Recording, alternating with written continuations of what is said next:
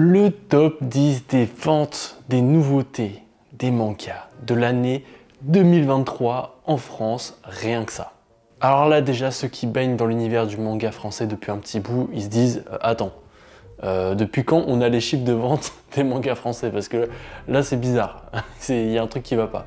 Parce que oui, effectivement, les maisons d'édition sont très conservatrices de leurs chiffres de vente. On a très peu d'informations sur les ventes de mangas en France. Contrairement au Japon, on a un top Oricon, on a des sociétés qui vraiment répertorient chaque vente et chaque mise en marché de manga, donc on a des chiffres très précis, mais en France c'est pas du tout le cas. Sauf qu'il y a une petite méthode que je vous ai concoctée pour établir ce top.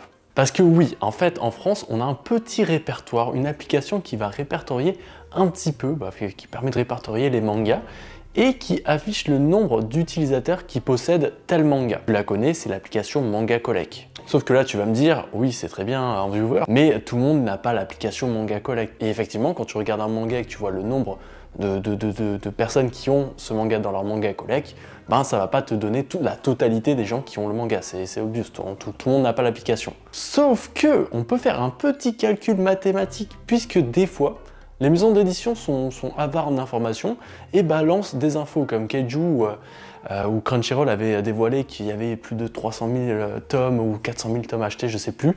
Et là, en fait, Manga Collect, ils peuvent voir, ok, donc on a tant de ventes, moi dans ma base de données, j'ai tant de mangas qui ont ajouté, ça fait à peu près 30%. Hop, on sait que 30% de la population possède ce manga. Bref, produit en croix, tout ce que tu veux, mathématiques. Et là, c'est pour Kaiju, mais il y a eu quelques autres infos de vente et tout ça. Et toutes ces informations cumulées, et on peut imaginer que 33% de la population fan de manga possède l'application Manga Collect. Donc une fois qu'on a cette information, on fait un petit calcul, on met le nombre de mangas qu'on a sur Manga Collect, on multiplie par 3,33 et on a un petit estimé de à quoi pourraient ressembler les ventes d'un manga. Donc tu l'auras compris, moi pour établir ce top, ce que j'ai fait, c'est que j'ai pris les plus grosses nouveautés de l'année, je les ai mis dans un tableau, j'ai mis les nombres de personnes qui avaient ajouté le tome 1 et je l'ai multiplié par 3,33 et ça m'a donné l'estimation. J'ai filtré tout ça et j'ai classé par l'ordre du plus élevé au plus bas. Mais dans cette vidéo, je vais te présenter à partir du top 15 et on va aller voir le top 1. A noter, j'ai répertorié tous ces mangas le 13 novembre. Donc forcément par rapport à la fin de l'année, il y a des nouveautés que j'ai manquées. Bon, j'ai regardé, il n'y a pas énormément de nouveautés qui, je pense, intégreraient ce top.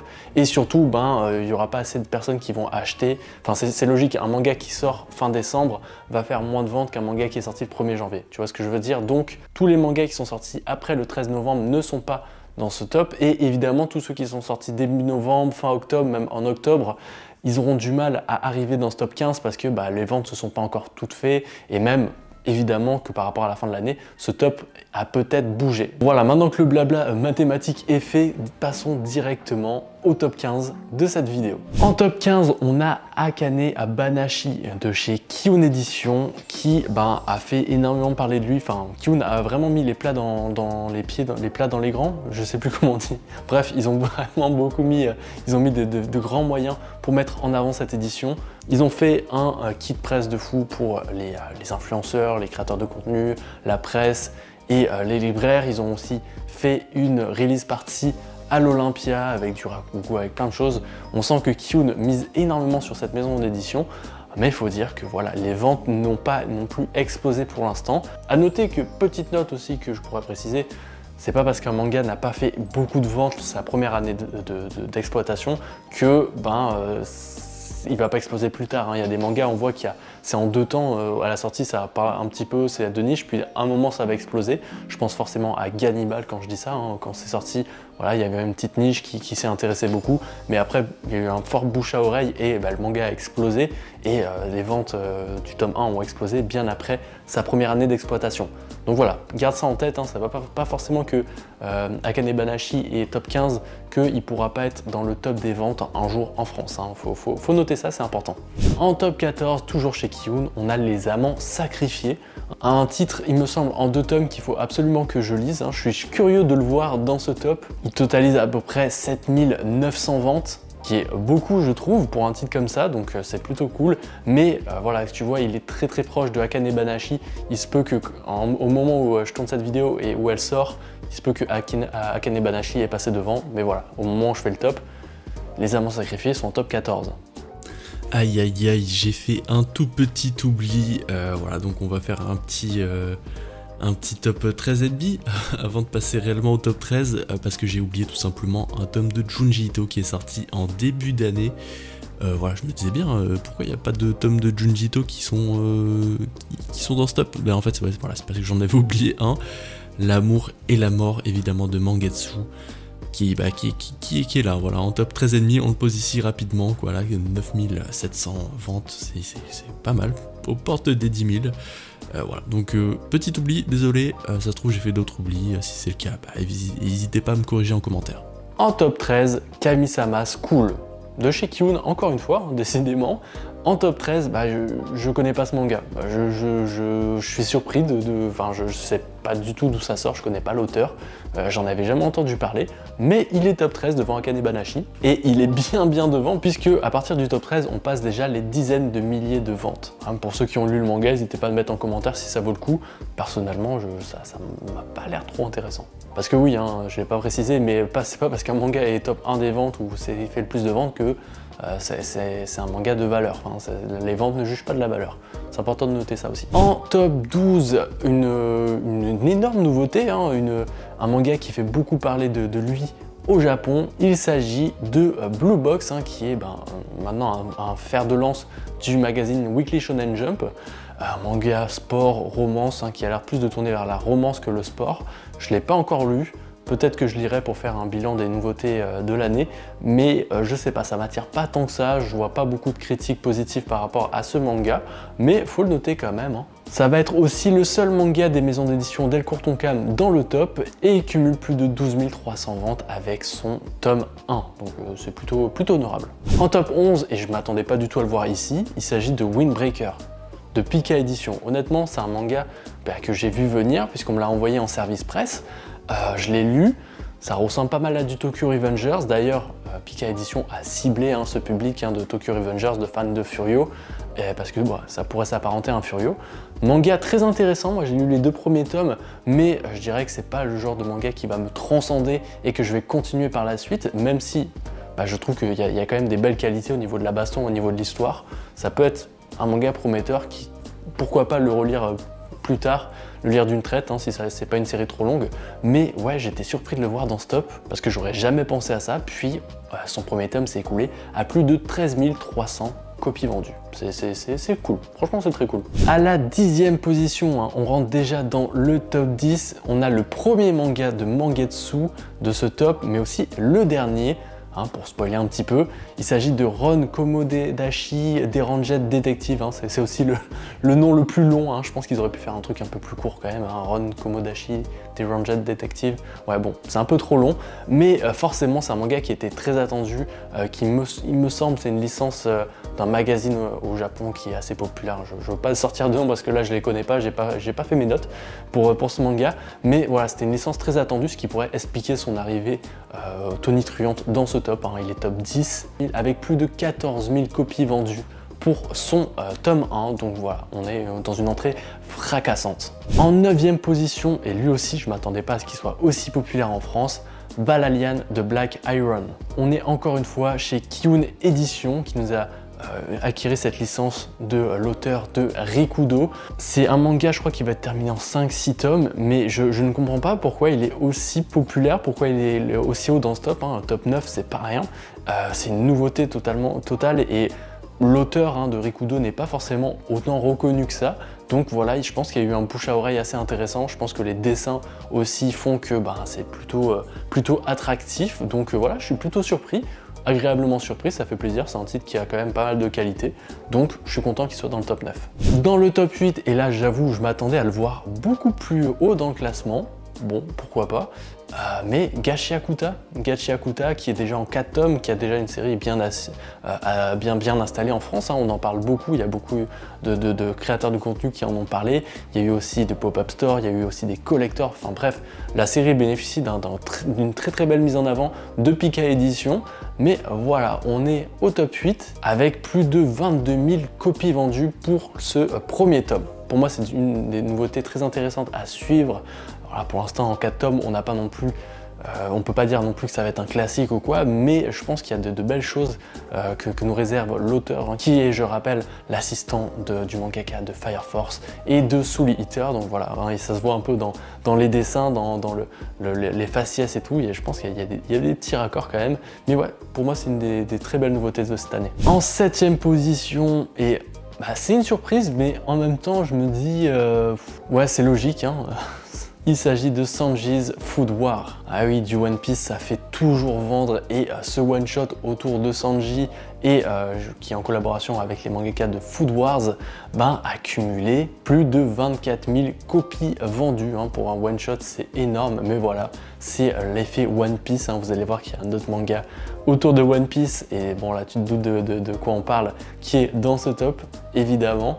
Mais voilà, 24 000 copies vendues pour ce one-shot, c'est exceptionnel. En 6e position, une réédition de Kurokawa qui nous ont réédité ce fameux Soul Eater qui fait mieux que son assistant, qui devance de très peu Sanji's Food War, puisque là on est à 24 100 copies vendues pour ce premier tome. Et voilà, une édition, je pensais pas que Soul Eater était aussi attendu, aussi populaire en France. Voilà, je pense que l'animé il joue pour beaucoup, hein. Beaucoup de gens ont découvert Soul Eater avec cet animé, et il me semble que le manga est un peu différent au niveau de la fin. Donc bref, je pense qu'il y a de la plus-value à lire le manga, et voilà, cette nouvelle édition apparemment était vraiment très attendue, puisque voilà, elle est dans le top 6, c'est pas rien. En 5e position, on a Blue Lock épisode Nagi.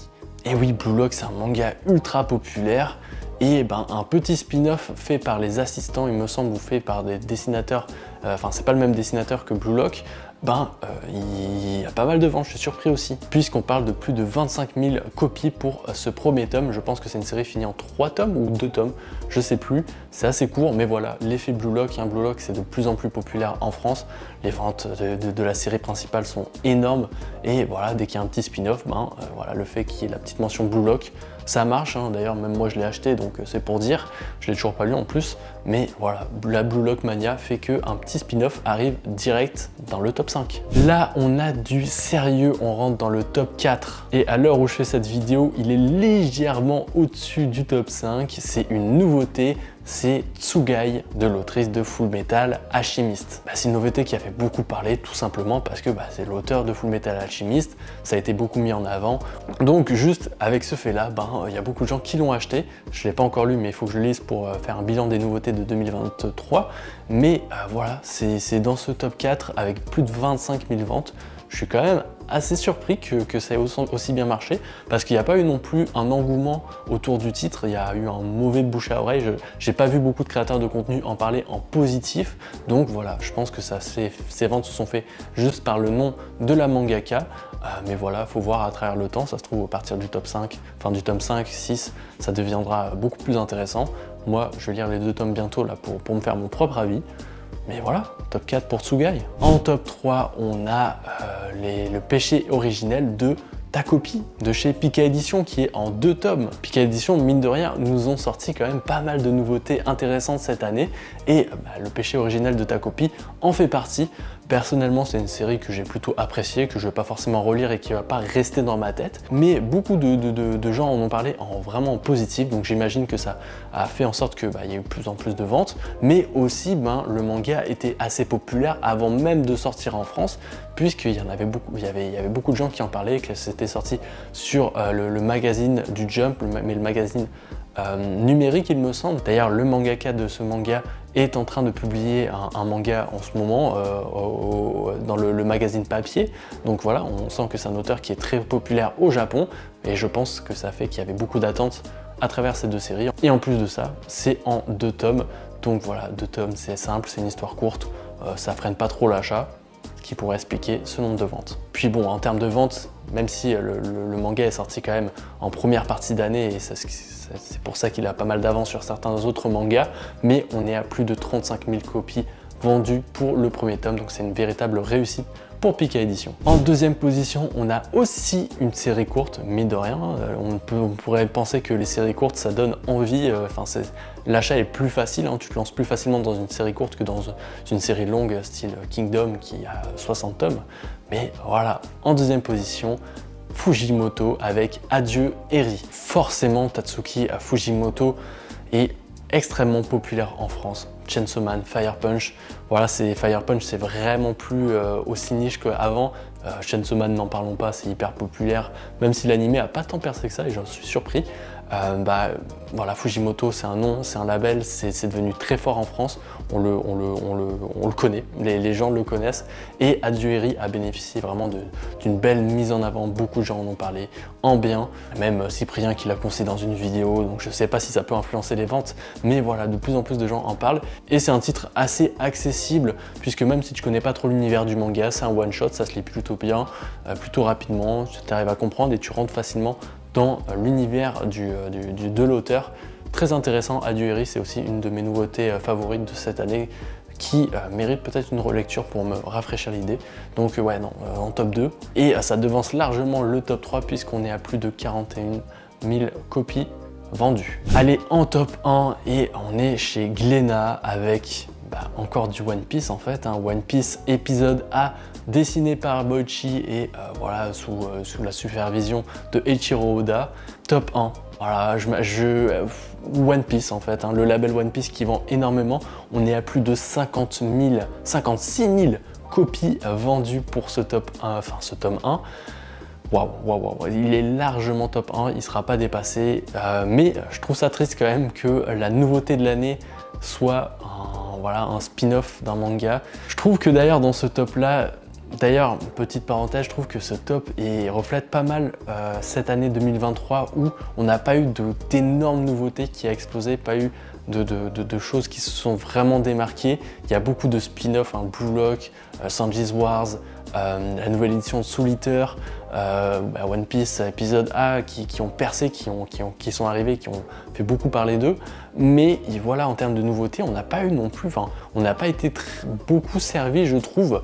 Et les nouveautés intéressantes ne sont pas forcément dans ce top 15. Donc on peut voir que les acheteurs de manga, hein, on va dire la masse des acheteurs de manga, ne s'intéressent pas forcément aux nouveautés de niche. Hein, on parle beaucoup des créateurs de contenu qui parlent beaucoup des mangas mainstream, mais voilà, ça reflète pas mal aussi les acheteurs. Hein, on peut voir à travers ce top que les personnes ne s'intéressent pas trop et ne vont pas trop fouiner. Parce que là, on est dans le top 15, mais il y a des mangas qui dépassent à peine les 1000 ventes, les 1000 copies vendues, alors que c'est des pépites. Donc voilà, c'est triste de voir que les gens ne s'intéressent pas trop à ça et se contentent d'acheter les nouveautés, hein, et franchement ce top 1 me fait un peu mal au cœur, même si respect à Boichi, c'est un auteur que j'aime beaucoup. Il y a une vidéo dédiée à cet auteur sur la chaîne d'ailleurs, donc voilà, ça en dit long sur ce que j'en pense, mais je trouve que ce top 1 est symptomatique de l'époque dans laquelle on vit, et c'est quand on dit que les mangas sont de plus en plus vendus en France. Enfin, voilà, même s'il y a un petit déclin cette année apparemment sur le terme de volume, mais en fait oui, beaucoup plus de gens achètent des mangas, mais ça reste du One Piece, ça reste du Berserk, ça reste du Naruto, mais quand on parle de manga de niche, voilà, le public de manga de niche est encore très restreint.